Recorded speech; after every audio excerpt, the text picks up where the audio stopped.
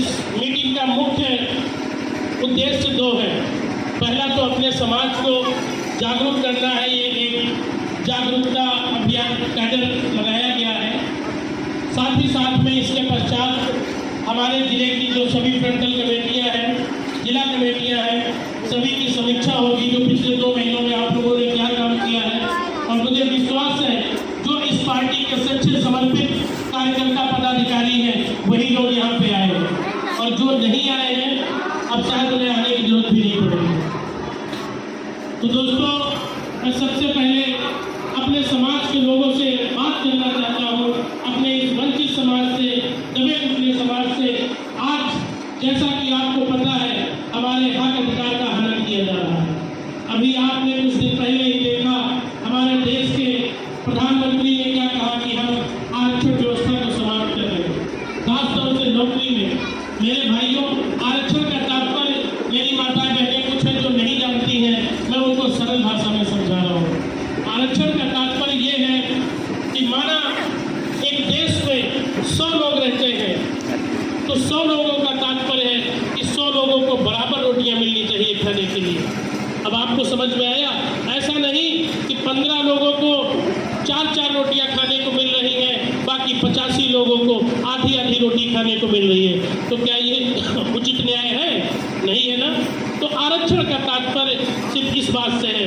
हमारे बहुजन नायक मान्यवर काशीराम साहब ने भी कहा था, जिसकी जितनी हिस्सेदारी उसकी उतनी भागीदारी। हमारी सदैव से मांग रही है कि अगर देश में हम 100 लोग हैं तो हम 100 लोगों को बराबरी का अधिकार मिलना चाहिए। 100 रोटियां बन रही तो बराबर बराबर बंटनी चाहिए। ऐसा नहीं कि वो 15% उन लोगों के लिए जो है। अभी आज ये पुलिस वैकेंसी जो अभी निकली है 60,300 कुछ पद हैं, तो उसमें लगभग मैंने अंदाजा बताया 60,000 से ऊपर कुछ पद हैं, जिसमें 50% से ज़्यादा पद उन 15% लोगों के लिए हैं और 50% में हम सारे 85% के लोग हैं। तो दोस्तों, आज आप सच्चाई को समझिए। आज जो हमारे भाई बलगलाए जा रहे हैं, उनको धर्म के नाम पे, जात के नाम पे, आदि चीज़ों के नाम पे उनको हमसे दूर किया जा रहा है और अंधविश्वास पाखंड में फंसा जा रहा है। तो उनको आज समझने की जरूरत है कि आज आपके हक अधिकार खत्म होने वाले हैं, और ये हक अधिकार अगर आप जिंदा रखना चाहते हैं, बरकरार रखना चाहते हैं, तो आपको आज़ाद समाज पार्टी भीम आर्मी का साथ देना पड़ेगा। क्योंकि देश में सिर्फ एक ऐसी ये पार्टी है, ऐसा ये संगठन है जो अपने हक अधिकार की लड़ाई रोड से लेके कोर्ट तक लड़ने का काम कर रहा है। आज हमने इससे पहले पूर्व में, मैं अपनी हर मीटिंग में ये बात कहता हूँ कि इसके पहले हमने साइकिल को वोट दिया, हाथी को वोट दिया, हाथ के पंजे को वोट दिया, कमल के फूल को वोट दिया, सभी पार्टियों को वोट दिया। लेकिन जब जब हम पे कभी मुसीबत पड़ी है, हमारे साथ अत्याचार हुआ है, हमारे साथ दुराचार हुआ है, हमारी माताओं बहनों के साथ में इज्जत लूटी गई, अस्मत लूटी गई, बेइज्जती हुई, या हमारे वंचित समाज को मारा पीटा गया, दुत्कारा गया, धिक्कारा गया, तो किसी पार्टी का कोई नेता आपकी मदद करने थाना पुलिस कोतवाली तक नहीं गया होगा। बताइए, क्या कोई नेता गया? तेज बोलिए, नहीं गया।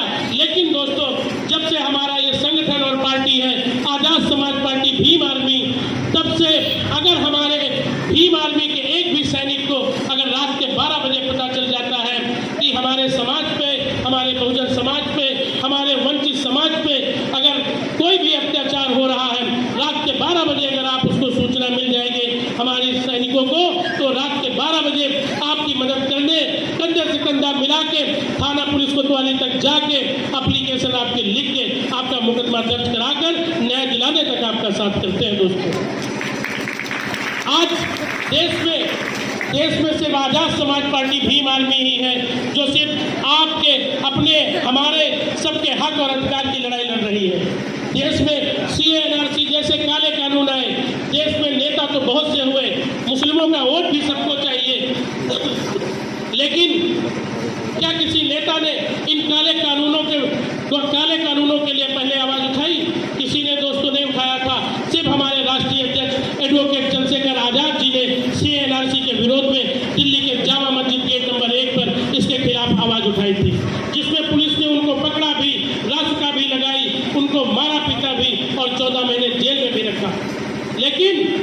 हम लोग भीम आर्मी आजाद समाज पार्टी के कार्यकर्ता हैं। हम लोग जेल कोर्ट कचहरी से नहीं लड़ते हैं, हम लोग अपने हक अधिकार की लड़ाई लड़ते हैं। अपने समाज को समता समानता न्याय दिलाने के लिए आन बान शान और जान तक अपने हथेली पे लेके चलते हैं। दोस्तों,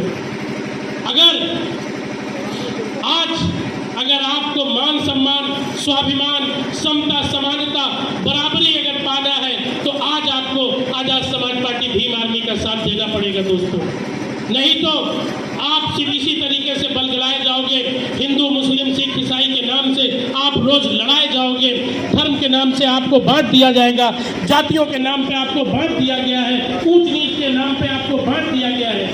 आज ये जो सिस्टम आने वाला है हमको फिर से गुलामी की तरफ धकेला जा रहा है। तो दोस्तों, मैं इसके बाद समीक्षा भी लूंगा और मैं चाहता हूं कि जो भी यहाँ हमारे पदाधिकारी आए हैं, एक भी पदाधिकारी यहाँ से भी नहीं जाएगा। यहाँ हमारे माननीय मुख्य अतिथि जी बैठे हैं, मैं अपना बचा हुआ समय मुख्य अतिथि जी को देना चाहता हूँ कि वो हम लोगों को मार्गदर्शन करें, आगे बताएं कि हमें कैसे काम करना है, और इसीलिए मैं अपना समय उनको मैं देता हूँ। इसके बाद में मैं आप लोगों से फिर एक बार बात करूँगा, अपने विचार भी आपके सामने रखूँगा अपने इस समीक्षा कार्यक्रम के बाद में। समीक्षा का तात्पर्य यह है कि पिछले 2-3 महीने से यहाँ पे समीक्षा नहीं की गई है। समीक्षा का तात्पर्य यह होता है कि जिसमें आप पद लेके तो बैठ गए हो, क्या आपने अपने पद का सही से निर्वहन किया? क्या आपने पार्टी के आदेशों का समय से पालन किया? आपने कितनी मीटिंगें की? आपने कितने लोगों को आजाद समाज पार्टी भीम आर्मी से जोड़ा? तो इसके संदर्भ में समीक्षा ली जाएगी। सभी पदाधिकारी पिछले 2 से 3 महीने में अपने प्रगति रिपोर्ट लिख के रेडी कर लें, अपनी अपनी कमेटियों के नाम लिख के रेडी कर लें। इसके बाद मैं समीक्षा करूंगा। तो दोस्तों, मैं पुनः आप सभी से कहूँगा, माताओं बहनों से भी कहूँगा कि माताओं बहनों, अगर आप मान सम्मान स्वाभिमान बराबरी आज़ादी की ज़िंदगी चाहते हो तो आपको आज आज़ाद समाज पार्टी भीम आर्मी का साथ देना पड़ेगा। भाई चंद्रशेखर आज़ाद जी को जिता के तन मन धन से चंद्रशेखर आज़ाद जी का सपोर्ट करके नगीना से हमारे भाई चुनाव लड़ने जा रहे हैं। आपको तन मन धन से भी सपोर्ट करना है, भाई को वहाँ से जिता के संसद में भेजने का काम करना है। आप अगर वहां नहीं जा सकते हो तो आप अपने जिला अध्यक्ष के माध्यम से, जिला प्रभारी के माध्यम से, मंडल अध्यक्ष के माध्यम से आप अपने घर से 10 रुपया 20 रुपया 50 रुपया का सपोर्ट सहयोग करके भाई के चुनाव के लिए आप भेज सकते हैं। आप भेज के भाई के हाथों को मजबूत करके भाई को संसद तक भेज सकते हैं। यदि अगर आज भाई को नहीं भेजा गया संसद तक तो हमारे हक अधिकार खत्म होने वाले हैं। तो दोस्तों, इन्हीं बातों के साथ में मैं अपनी वाणी को विराम देते हुए मैं चाहूँगा हमारे मुख्य अतिथि और भाई को माननीय मुख्य अतिथि सौरभ किशोर जी आपके बीच में अपने विचार रखें। जय भीम, जय भारत।